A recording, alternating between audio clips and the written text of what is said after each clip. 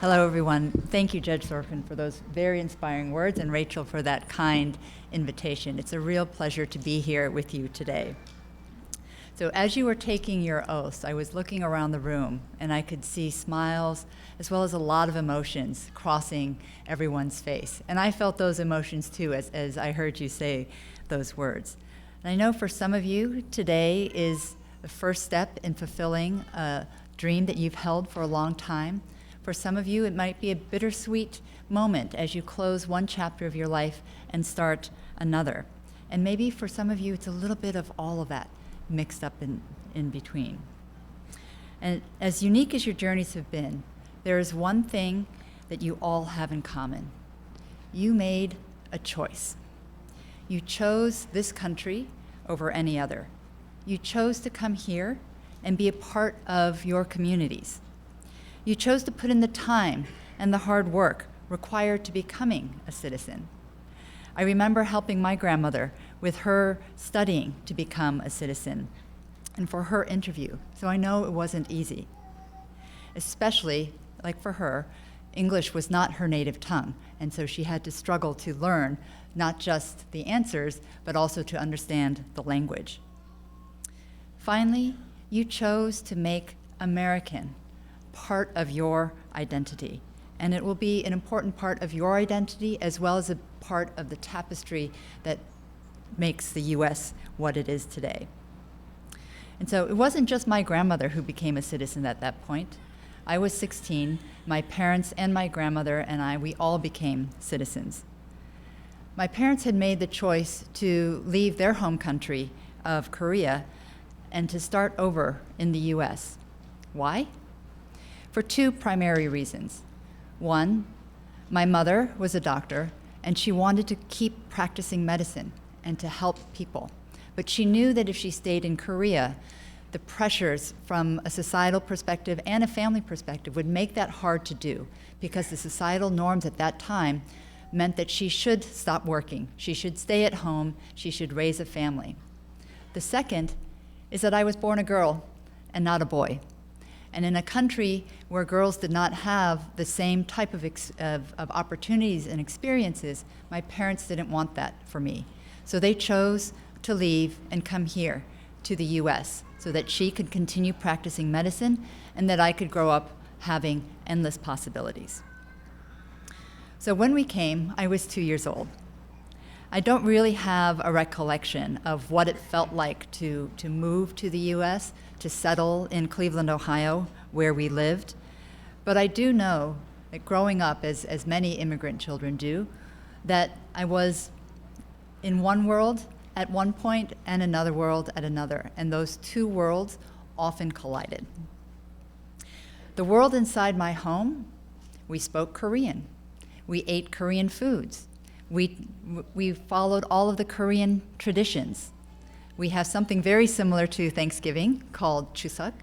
We also have something called Seollal, which celebrates the Lunar New Year, and where you pay respect to your elders and eat a dish called tteokguk, which is one of my favorites. And it's supposed to bring you good fortune for the rest of the year. The other world was the world that I lived in at school and that my friends were a part of, and that reflected the American culture, clothing, food, TV. The first time I have a conscious recollection of my two worlds colliding was in kindergarten.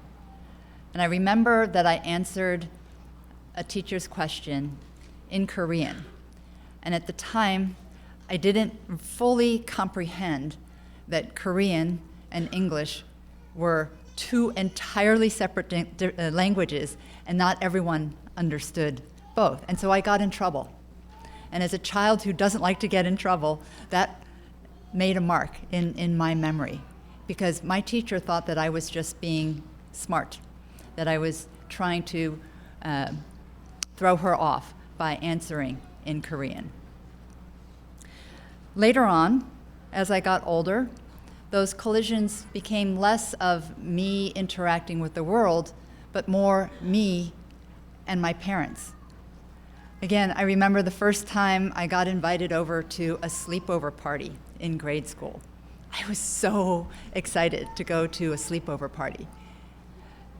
But I was also very, very sad when my parents showed up at the door, and later in the evening, I think it was around 10 o'clock, because in their world, I do not sleep at other people's homes. So they came to pick me up and they took me home. And I was so sad, and I resented my parents in that moment so much.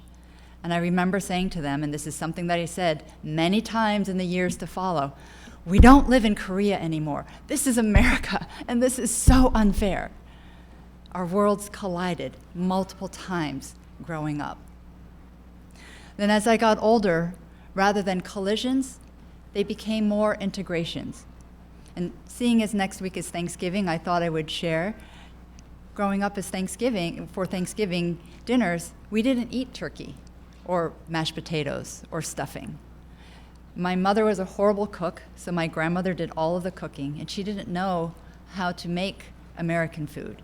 She made Korean food.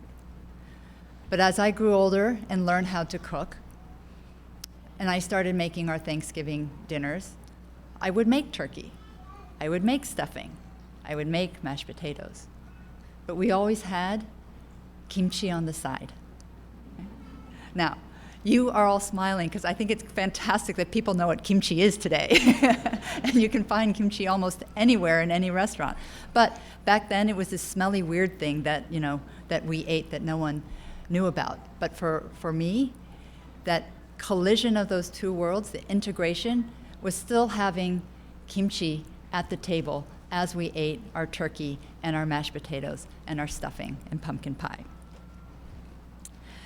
So as you continue to blend your worlds and you define what being an American means to you, make no mistake that an important part of that journey will continue to involve choices, like the choice you made today to become a citizen. The oath you took is only the beginning. The words you have recited have unlocked a new set of choices and responsibilities. To paraphrase President John F. Kennedy, we must never forget that the highest appreciation is not to utter words, but to live by them. Therefore, I ask you to consider how you will live by these words. What choices will you make to help our country be the best version of itself? How will you help others feel included? Will you vote? Will you serve on a jury if called? Will you volunteer or serve your community or your country in other meaningful ways? We all have unlimited possibility in shaping our future and the future of our country. And by making that brave and an intentional decision to become a citizen today, you've already taken a big step to enrich our community and our country. The challenge that lies ahead is to keep making choices that will keep you on the path of possibility rather than choices that may hold you back or hold you down. Sometimes it's as simple as choosing to change your perspective. One of my favorite cartoons, it's a 2-frame cartoon. In the first frame, you see a character holding on to bars in front and with a look of frustration on their face. The second frame is that same image, but from the side. And you see that the bars are only in the front. So if you change your perspective, you can walk free. You can walk forward. So I'm hopeful that the choices that you will make going forward will help you to reach your American dream with your version of a little kimchi on the side. And in doing so, you will help us to fulfill the promise of our great country. So congratulations again, and thank you for making your choice.